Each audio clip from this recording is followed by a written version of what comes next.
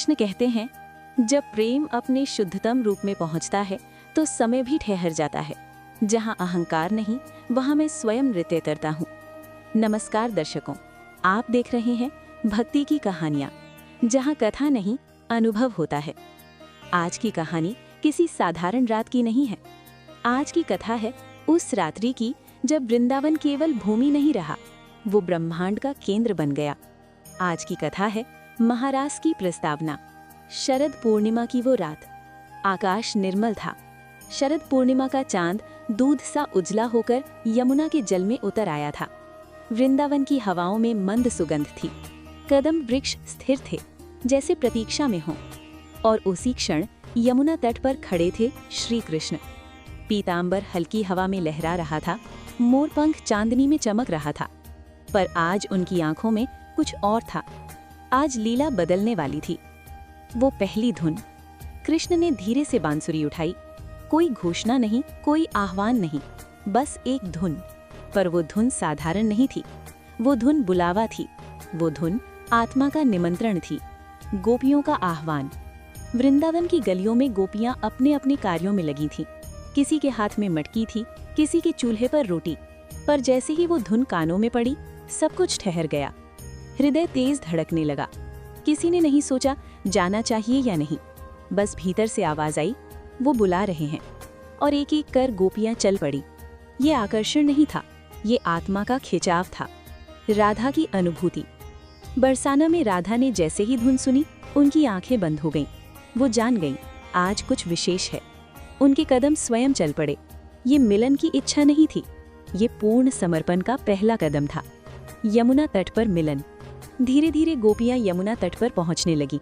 सबकी सांसें तेज थीं, पर चेहरों पर शांति। कृष्ण ने बांसुरी रोक दी और मुस्कुराए। तुम सब क्यों आई हो? एक गोपी बोली। आपने बुलाया? कृष्ण ने हल्की शरारत से कहा। मैंने तो कुछ कहा ही नहीं।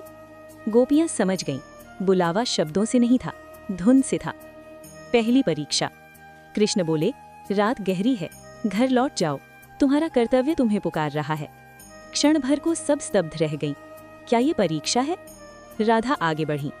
अगर आपने बुलाया तो लौटने का प्रश्न ही नहीं। उनकी आवाज में शिकायत नहीं थी, सत्य था। अहंकार का विसर्जन। कृष्ण की आंखें गंभीर हो गईं। ये नृत्य शरीर का नहीं होगा, ये नृत्य आत्मा का होगा। यहाँ कोई मेरा नहीं और मैं किसी का नहीं। जो अपने मैं को छोड़ सके, वही इस रास में प्रवेश पाएगा।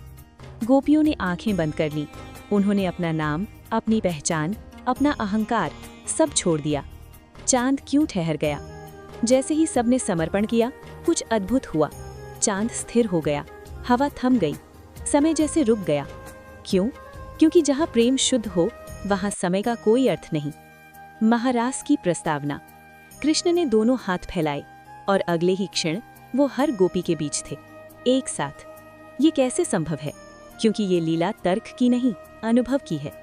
हर गोपी को लगा कृष्ण केवल उनके साथ हैं, पर ये स्वामित्व नहीं था, ये आत्मिक एकत्व था। राधा का मौन। राधा सब देख रही थी, पर उनके भीतर कोई प्रश्न नहीं था, क्योंकि वो जानती थी कृष्ण सीमित नहीं है, वो प्रेम का सागर है, और सागर हर बूंद में पूर्ण होता है। आध्यात्मिक अर्थ। महारास केवल नृत्य नहीं है, ये संदेश है। जब आत्मा अपने अहंकार को त्याग देती है, तो ईश्वर स्वयं उसके साथ नृत्य करते हैं। ये शरीर का मिलन नहीं, चेतना का मिलन है। प्रस्तावना का अंत। रात अभी प्रारंभ हुई थी, रास अभी शुरू होना था, पर उस क्षण जब सबने अपना मैं त्याग दिया, वही था महारास का सच्चा प्रारंभ। अंतिम संदेश। अगर हम कृष्ण को पाना चाहते हैं, तो हमें गोपियों जैसा बनना होगा, निर्मल, निस्वार्थ, पूर्ण समर्पित। जहाँ प्रेम अपेक्षा से मुक्त हो, वही महारास होता है। अगली कथा में देखिए, महारास जब कृष्ण हर हृदय में प्रकट हुए। जहाँ नृत्य होगा पर समय नहीं होगा, जहाँ मिलन होगा पर स्वामित्व नहीं होगा। बने रहें भक्ति की कहानियां के साथ। धन्यवाद।